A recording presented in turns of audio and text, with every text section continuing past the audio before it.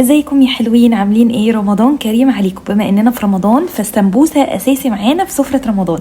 النهارده هنعمل مع بعض السمبوسه او السمبوسك زي ما بتقولوها في الاير فراير اللي هي القلايه الهوائيه. بصوا، بعيدا خالص عن ان هي تنفع لاصحاب الدايت، هي كمان يا جماعه حلوه جدا وخفيفه جدا، وكمان بتكون مقرمشه اكتر من اللي بتتقلي في الزيت. حتى لو سبتيها ساعه ساعتين بره هتلاقيها برده هتفضل مقرمشه معاكي. بس قبل ما ندخل على الوصفه يا ريت تعملوا لايك للفيديو وتشجعوني وتدعموني، وكمان اشتراك في القناه. ودلوقتي يلا بينا على وصفتنا. اول حاجه هنجيب اي انواع جبن انتوا عايزين تعملوها او اي انواع جبن عندكم. انا هنا عندي الجبنه اللي هي مشلله. الجبنه المشلله دي جبنه سوريه، وكمان جبنه رومي مبشوره انا بعينها عندي في الفريزر كده، بتكون مبشوره انا اللي ببشرها. وكمان حوالي معلقتين او 3 معالق كبار من البقدونس. البقدونس ده انا مقطعاه صغنن خالص، وفعلا بيدي طعم حلو جدا في السمبوسه. بصوا، حطوا اي نوع حشوه جبنه او اي نوع حشوه لحمه مفرومه، او كمان ممكن تحطوا شاورما فراخ، اي نوع خضار او لحوم او جبن عايزين تحطوها حطوها. بس المهم ان انتوا تمشوا في الخطوات اللي انا هقول لكم عليها ازاي تعملوها في القلايه الهوائيه، عشان ما تطلعش ناشفه معاكم او ما تطلعش محروقه كمان. فببتدي هنا ان انا اقطع الجبنه المشلله بتاعتي قطع كده صغيره بالشكل اللي انتوا شايفينه ده. وعايزه اقول لكم فعلا يا جماعه السمبوسه جربوا تعملوها، حتى لو مش هتعملوها في الاير فراير جربوا تعملوها في الفرن. يعني لو مش عندكم قلايه هوائيه اعملوها في الفرن كده، وفعلا هتدعولي، لان هي فعلا خفيفه جدا جدا وبتاكلوا منها كتير وانتوا مش حاسين انها تقيله عليكم.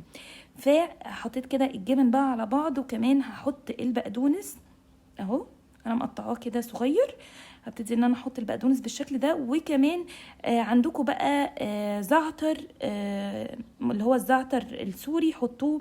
عايزين تحطوا حبه بركه زي ما انا حطيت كده، حطيت حوالي معلقه او معلقتين صغيرين من حبه البركه، بتدي تست حلوه قوي. وكمان حبه البركه مفيده جدا يا جماعه.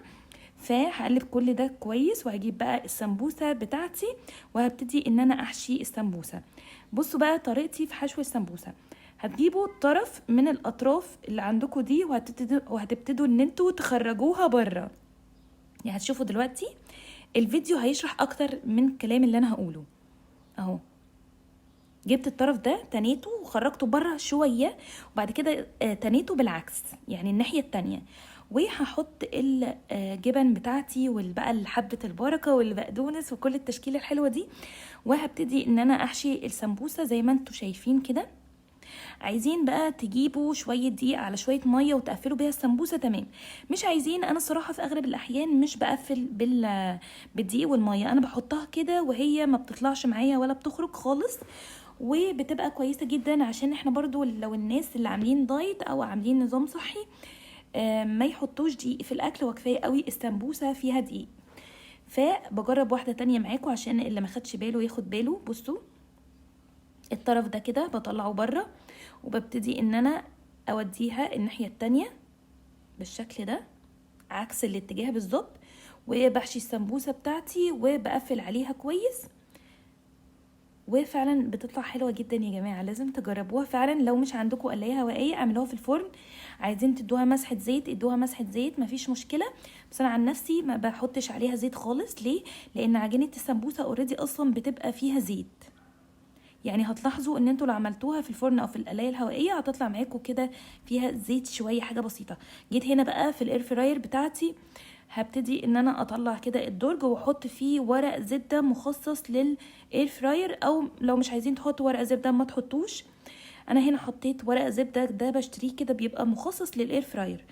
وببتدي احط السمبوسه بتاعتي بدخلها على درجه حراره 200، بتاخد تقريبا 10 دقايق، 5 دقايق من الناحيه دي و5 دقايق من الناحيه دي، وبتطلع احلى سمبوسه معموله في الاير فراير. بس اهم حاجه ان انتوا تتابعوها عشان السمبوسه ما بتاخدش وقت خالص، ده ممكن تاخد كمان 3 دقايق على الناحيه دي و3 دقايق على الناحيه دي، عشان ما تتحرقش معاكم. خلوا بالكم ما تغفلوش عنها وما تقعدوش وتسيبوها.